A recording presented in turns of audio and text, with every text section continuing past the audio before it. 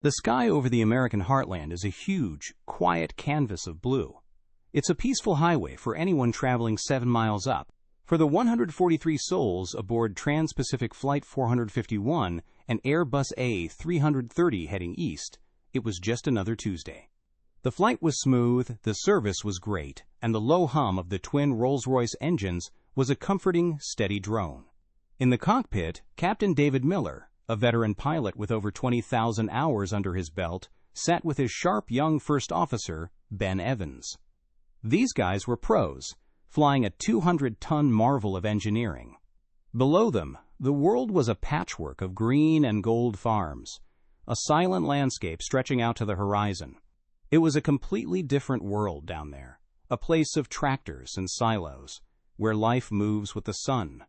No one on that plane could have possibly guessed that in a few short moments, their lives would be in the hands of one man standing on that ground below, a man who'd traded his cockpit for a cornfield a long, long time ago. Suddenly, a series of loud bangs, like cannon fire, rips through the calm of the cockpit. The plane shudders violently. Red lights flash everywhere, and alarms blare with a piercing electronic scream. Captain Miller's head snaps up, his eyes wide as he tries to make sense of the chaos on his displays. Engine 1 is gone. Then, a second series of thuds, even heavier this time, shakes the whole plane. The hum from the second engine just dies. It's replaced by a deeply unsettling, total silence. Both engines. Both of them gone. Ben Evans, his face ghost white, grabs the radio. "Mayday! Mayday! Mayday! This is Trans-Pacific 451. We've lost both engines." "I repeat, we have lost both engines." His voice, cracking with disbelief, squeals over the airwaves. Far below, on a sprawling farm, a man named Jack Riley is fixing a fence. He stops, wipes the sweat from his brow, and looks up. He sees the glint of sun on a metal tube, impossibly high and impossibly silent. It's not flying, it's falling, like a silver feather in a slow, graceful, and completely fatal descent. The world in the sky and the world on the ground were about to collide. The silence inside the A330 was the most frightening sound anyone on board had ever heard. At first, there was just confusion. The in-flight movies shut off. The lights flickered and went out, leaving only the dim, eerie glow of emergency strips on the floor. Then came a subtle but undeniable shift in gravity. It wasn't a feeling of falling, but of gliding. The gentle push back into their seats was gone, replaced by a weightless, stomach-lurching feeling, like a roller coaster just tipping over its highest peak. In the cockpit, there was no time for fear. There was only time for procedure. 3 decades of training took over Captain Miller's body. "My aircraft," he said, his voice a steady anchor in the storm of alarms. "Your aircraft," Ben Evans confirmed, his hands already a blur across the overhead panel, flipping switches, trying to run the engine restart checklist. They were a team, 2 minds working as one. But the checklists they had were for one engine failing, or a fire, or a hydraulic problem. Losing both engines at cruising altitude was the kind of thing that only happens in nightmares. A scenario so rare, it was practically a myth. "APU start," Miller ordered, trying to get the small backup engine in the tail running for electrical power. Ben's fingers flew across the panel. "APU starting." A moment later, a small win. The main flight displays flickered to life. They had power, but they had no thrust. Beyond the cockpit door, the cabin crew moved through the aisles, their faces professional masks that couldn't quite hide the terror in their eyes. They instructed passengers to brace, their voices practiced and calm, a sharp contrast to the panicked whispers spreading through the cabin. Captain Miller gripped the side stick. Without engine power, the massive control surfaces on the wings and tail were sluggish. He was no longer the captain of a jet. He was the pilot of a 200-ton glider. His mind raced. Altitude was time, and time was everything. "Best glide speed," he muttered, mostly to himself. He had to find the perfect speed to cover the most ground. He pitched the nose down just a bit, and the jet settled into a steady descent of about 2,000 feet per minute. From 37,000 feet, that gave them about 18 minutes until they hit the ground. "Mayday! Trans-Pacific 451, do you read?" Ben repeated into the radio, cycling through frequencies. All he got back was static. They were in a dead zone, alone. Below them, the patchwork of farmland grew larger and larger. Landing a plane this big on anything but a real runway seemed statistically impossible. Jack Riley stood frozen, his hand on the fence post, his eyes locked on the sky. Seeing that silent jet sent a spike of adrenaline through him, a feeling he hadn't had in 40 years. It wasn't just the sight, it was the lack of sound. A plane that big should have been a roaring thunder, even from 7 miles up. Instead, there was just the wind, rustling the corn around him. He dropped his tools and sprinted for his old barn. In a dusty corner, next to some tractor parts, sat an old ham radio and a scanner. Relics of a past life. Most nights, he just listened to weather reports, but he always kept one frequency on out of pure habit. 121.5 megahertz. The International Air Distress Frequency, GARD. For years, it was nothing but static, but as he burst into the barn, a panicked voice was cutting through the speaker. Mayday, Mayday, we've lost both engines. We are unpowered, unable to contact center. Does anyone read Trans-Pacific 451? Jack's blood ran cold. He'd heard that kind of fear before. He grabbed the microphone, his knuckles white. When he spoke, his voice was the exact opposite of the one on the radio. Calm, measured, and full of an authority that had been sleeping for decades. Trans-Pacific 451. This is a ground station. I read you loud and clear. He paused, choosing his words carefully. I am located about 50 miles southeast of the Blackwood, VOR. Describe your situation. Silence. For a few heart-stopping seconds, there was nothing. He could feel their confusion all the way from the ground.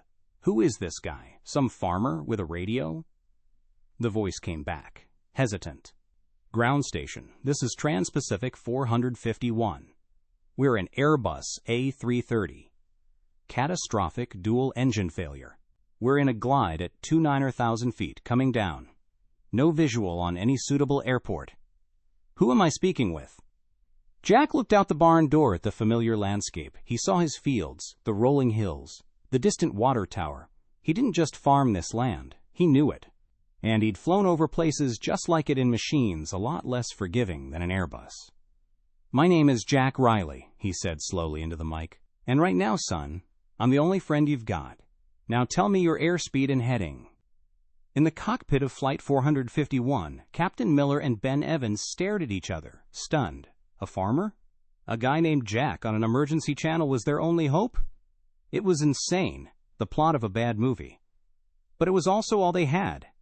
Air traffic control was gone. Their navigation screen showed nothing but empty green space for 100 miles. They were flying blind. Airspeed 240 knots, heading 090. Ben replied, his voice full of doubt. Sir, we appreciate the help, but we need a runway. We can't land this thing in a field. The voice came back, sharp and clear.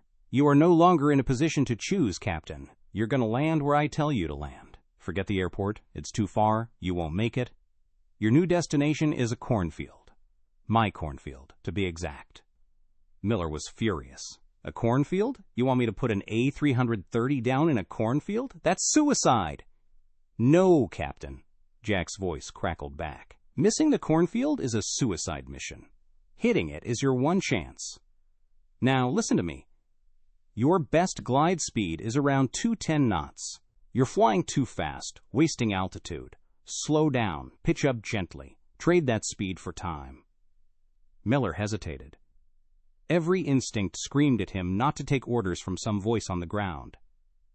He was the captain, but there was something in that voice, a certainty, a knowledge that made no sense. This guy knew what a VOR was. He knew their best glide speed. This was no ordinary farmer. With the altimeter unwinding like a doomsday clock, Miller made a choice. He pulled back on the side stick. The nose of the giant glider rose. The airspeed bled off. 240, 230, 220, settling right around 215 knots. The descent rate eased from 500 feet per minute to just under 2,000. The voice was right. He'd just bought them another minute. Good, the voice said, as if he was right there with them. Now, hold that speed. I need you to make a slow, wide 360-degree turn to your left. I need to get a look at you." "A look at us? What for?" Ben asked, confused. "I need to see how she's flying. Is she damaged? Trailing anything? Is she stable? I flew F-4 Phantoms in Vietnam. When a wingman got hit, the first thing we did was get a visual. You're my wingman now, Captain. Show me your wings." F-4 Phantoms. The words hung in the cockpit. It all clicked. The calm authority. The precise commands. This wasn't just a farmer. This was a combat pilot. Without another word, Captain Miller banked the silent A-330 into a slow, graceful turn. Miles below, Jack Riley stood in his field, powerful binoculars raised to his eyes. He saw the aircraft, a magnificent wounded bird, turning in the sky. It was stable, flying clean, but it was dropping. He watched it complete the circle, then lowered the binoculars and keyed the mic. "All right, Captain," Jack said, his voice a steady drumbeat. "I've seen you. You look clean. Now let's get you on the ground. Your new heading is 270. We're setting you up for a long final approach." The next 15 minutes were the most intense and surreal of the pilots' lives. The world shrank to the size of the cockpit, the numbers on their screens, and the unwavering voice of Jack Riley. He was their air traffic control, their co-pilot, and their only lifeline, guiding them with a hypnotic confidence. "Trans-Pacific 451, you're passing through 18,000 feet, Jack narrated. "Maintain heading 270. There's a small town with a white water tower about 10 miles off your nose. You got it?" Ben squinted. The landscape was a green blur, but then he saw it, a tiny white speck. "Affirmative, we have the water tower." "Good, that's your initial approach fix. We're going to fly a pattern, just like at an airport. We'll fly past the field, turn downwind, then base, then final. It'll be the longest runway you've ever seen." Miller couldn't believe it, a standard traffic pattern to land in a field. The idea was as brilliant as it was insane. It was a way to manage their energy and position the unpowered jet perfectly for a landing with zero room for error. "How long is this runway, Jack?" Miller asked, a new respect in his voice. "It's a cornfield," Jack replied. "Stretches about 9,000 feet, flattest piece of land in the county. I plowed it myself last spring, east to west, directly into the wind. It ain't concrete, but it's the best you've got." As they got lower, Jack's instructions came faster. He was painting a picture for them, using his landmarks and translating them into pilot speak. "Flight 451, you are now abeam the water tower. Start a gentle left turn to 180. This is your downwind. You should see a long, rectangular green field to your left. That's us." Miller banked the plane. There it was, a huge, green rectangle that looked terrifyingly small. 10,000 feet. 9,000. "I see it," Miller confirmed, his throat dry.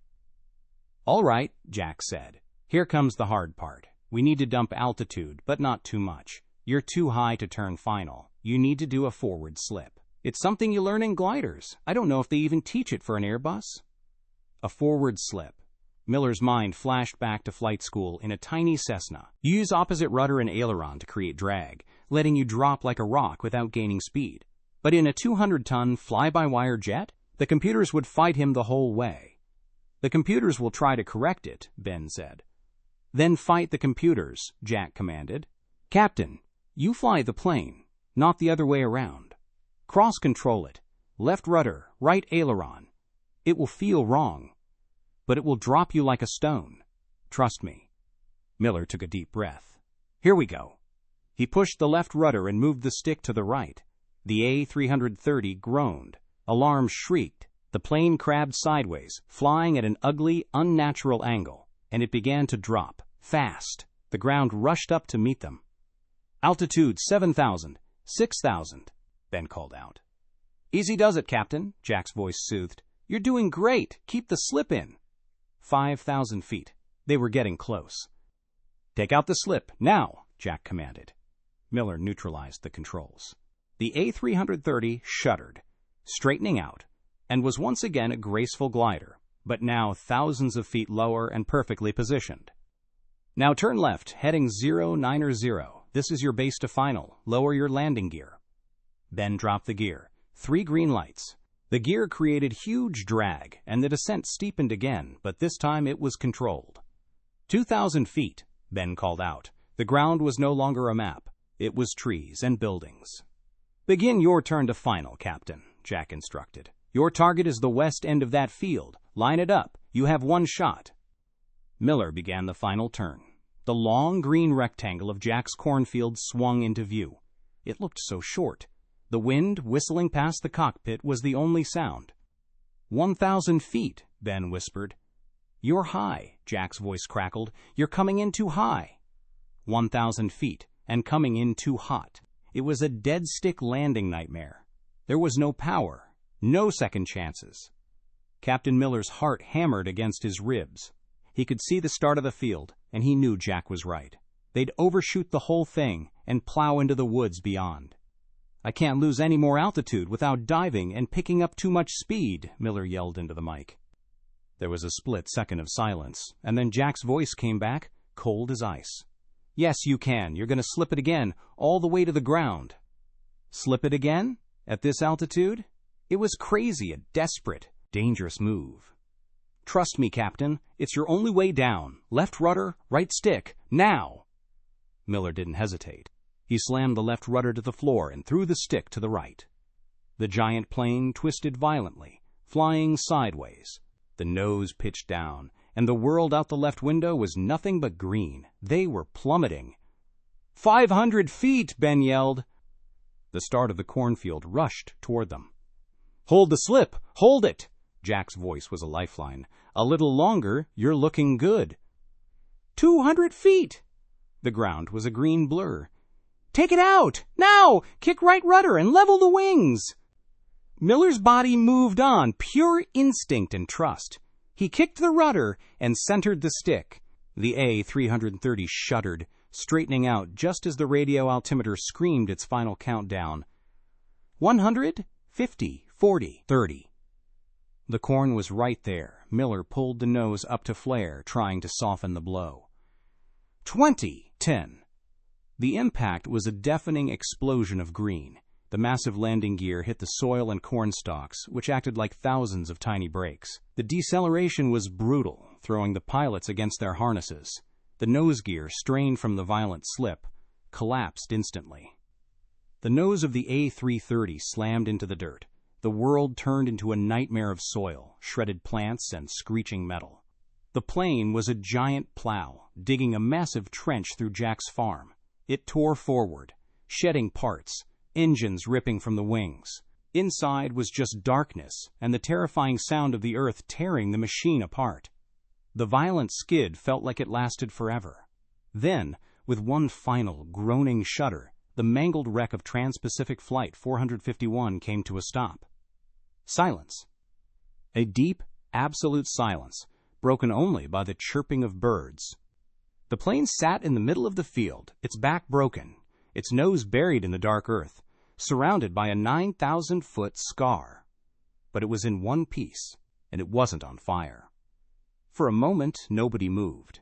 Then Captain Miller's voice, shaky but clear, came over the intercom. "Evacuate, evacuate, evacuate!" The crew's training kicked in, exits flew open, and slides inflated. The passengers, dazed and terrified but alive, poured out of the broken plane and into the cornfield. They stumbled through the stalks, their faces a mix of shock and unbelievable relief.